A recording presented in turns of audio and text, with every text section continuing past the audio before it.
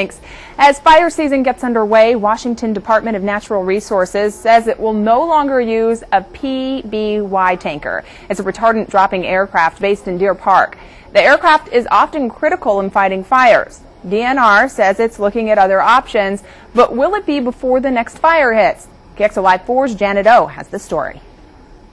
This has become a touchy issue, sort of a David versus Goliath. The owners of the PBY tanker don't understand after 20 years why Department of Natural Resources no longer wants to use a tanker to help fight fires.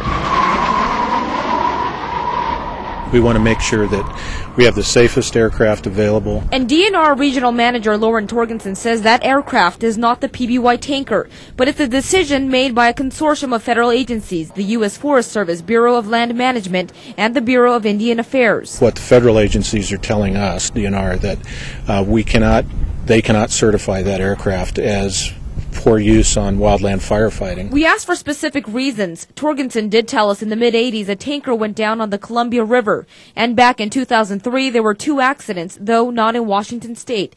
DNR says for years it has been discussing an alternative to using the tanker.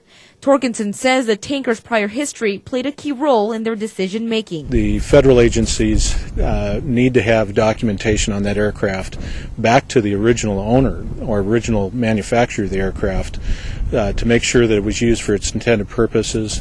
They can't do that at this point. But the Root family who owned the tanker say this is all a political game. They told us on the phone this afternoon the tanker is safe, FAA approved to help fight wildfires, and all parties involved acknowledge the tanker is less expensive to operate compared to the proposed alternative, the CL-215. Bottom line, the debate continues on why a seemingly effective aircraft will be replaced.